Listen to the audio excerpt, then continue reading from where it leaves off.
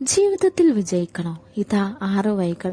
എന്ത് കാര്യത്തിനിറങ്ങിയാലും അതിൽ വിജയം നേടണമെന്നാണ് ഏവരും ആഗ്രഹിക്കുന്നത്. പരാജയം കാംക്ഷിച്ച് ഒരാളും ഒരു പ്രവൃത്തിയും ഏർപ്പെടുകയില്ല. എന്നാൽ വിജയിക്കാനായി ആരംഭിക്കുന്ന പല പദ്ധതികളും പരാജയപ്പെടുമ്പോൾ നിരാശയായി ജീവിതം തന്നെ മടുത്തു പോകുന്നവരാണ് കൂടുതൽ ആളുകളും. ഇനി മുതൽ നിരാശ വേണ്ട.